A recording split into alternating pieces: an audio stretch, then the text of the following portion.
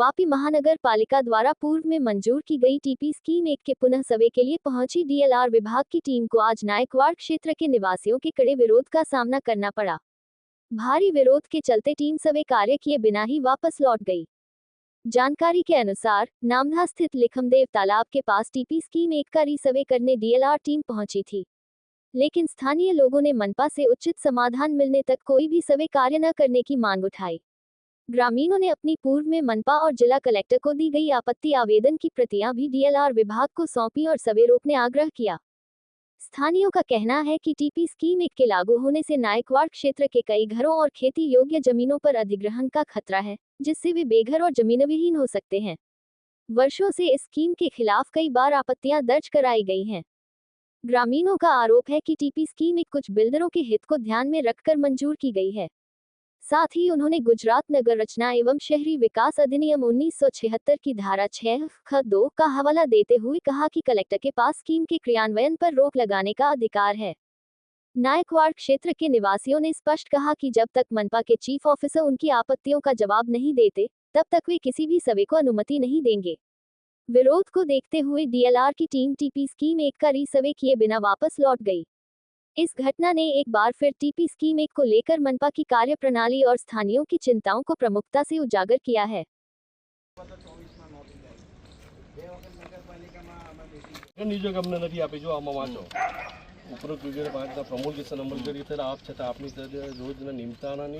નવેસરથી ક્ષેત્રફળ કાયમ કરેલ છે, જે શરૂર બાબતે નવો સર્વે હદ મુજબ ક્ષેત્રફળ મુજબ પુનઃ નિમતાણું કરવા કહે છે. બરાબર છે, નિમતાણું કરવા કે બરાબર છે. સુધારા માટે નહીં આપ્યું, અમને વાંધો છે એના માટે આપ્યું. ટીપી 1 નો વાંધો છે. અમે 800 થી 900 માણસો જઈને કલેક્ટરમાં આપ્યું છે, તમારા નગર નિયોજનમાં પણ આપ્યું છે. તો તેનું શું, તેના બદલામાં તો તમે ડાયરેક્ટ અહીંયા માપણી કરવા આવી ગયા. નગર નિયોજકનું છે આ મૂલ્યાંકન ખાતું, અમને એવું કીધું છે જો આ અરજી આપ્યું તેનું શું થયું? અમારે તો કેવું વલસાડમાં આપી છે ને નગર નિયોજન બધા 900 નિયોજક ડીએલઆર ઓફિસ છે. ડીએલઆર ઓફિસ સાથે અમારે કોઈ નહીં. અમને કીધું, મારી વાત ડીએલઆર ઓફિસ તો અમારો આ અરજીનું શું થયું? પછી અમે વાંધા અરજી મૂકી છે ડીએલઆર થી. તો સાહેબ કાલે ફોન આવ્યો હતો બધા પર કે ભાઈ માપણી કરવાની છે ટીપી ના માટે. અમે સવારથી 9 વાગે અહીંયા આવી ગયા, પણ સવારથી સાહેબ લોકો કોઈ નહીં આવેલા હતા. અમે માપણીનો વિરોધ કરીએ, માપણીનો ટીપી સ્કીમ 1 નો જ વિરોધ કરીએ છીએ, કેમ કે અમે ટીપી સ્કીમ 1 ના માટે અમે મામલતદાર કલેક્ટરમાં અરજી આપી છે, નગર નિયોજન અને મૂલ્યાંકન ખાતે વલસાડમાં એફિડેવિટ નોટરી કરીને એના વાંધા અરજી આપી છે. પણ એફિડેવિટ નોટરી કરીને આપવા છતાં પણ એમના દ્વારા કોઈ એક્શન નહીં લેવામાં આવ્યું, અને આજની તારીખે આજના દિને કોઈ જવાબ નહીં આપ્યો, અને આજના દિને એમણે રીસર્વે કરવા મોકલી આપ્યો. તો મારું સરકારશ્રીને એમ જ કહેવાનું છે કે જો તમને ખબર હતી કે આમાં સતી સુધારણા છે, તો ભાઈ તમે ટીપી 1 કઈ રીતે પાસ કર્યો? એના માટે અમે આજે વિરોધ કરીએ છીએ ને આનો બહિષ્કાર કરીએ છીએ. આજે ખાસ કરીને જે ટીપી સ્કીમ 1 છે એમાં કેટલા લોકોની જમીન જાય છે અને કેટલા લોકોને નુકસાન થાય? કેટલા એટલે 700-800 ઘરો જાય છે અને જમીનો પણ જાય છે, એટલે એના માટે અમે વિરોધ કરે. તમે ખુલ્લી જગ્યામાં ટીપી કરો તો અમને કોઈ વાંધો, પણ આ તો અમારા આદિવાસીના ઘરો તૂટે છે એમાં, એટલે અમે સખત વિરોધ કરીએ છીએ. એમાં નગરપાલિકાને શું કહેવું છે? નગરપાલિકા તો કહી દીધું ભાઈ અમારા હાથમાં નથી, ટીપી 1 ગાંધીનગરથી પાસ થઈ છે, એટલે તમે ત્યાં જ જાઓ.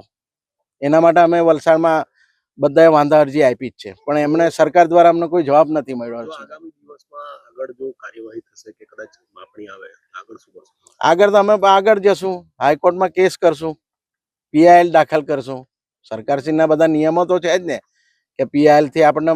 ને બીજું કે અમારા આદિવાસીઓમાં એક કલમ છે, એના દ્વારા કલેક્ટરશ્રીને સત્તા છે કે આ ટીપી સ્કીમ નાબૂદ કરે.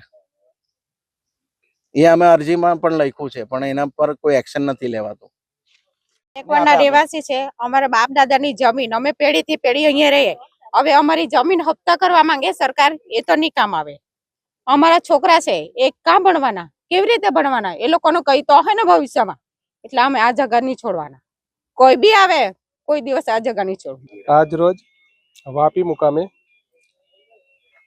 ટાઉન પ્લાનિંગ સ્કીમ નંબર 1 ને રિસર્વે પ્રમોલ્ગેશનમાં રેકર્ડ છતે સુધારણા માટે અમારી કચેરીની ટીમ સ્થળે માપણી માટે આવેલ, પરંતુ ગ્રામજનોએ ટીપી સ્કીમ નંબર 1ની સામે વાંધો હોય 30/3/2024ના રોજ ચીફ ઓફિસર શ્રી નગરપાલિકા વાપીમાં અરજી આપેલી હતી.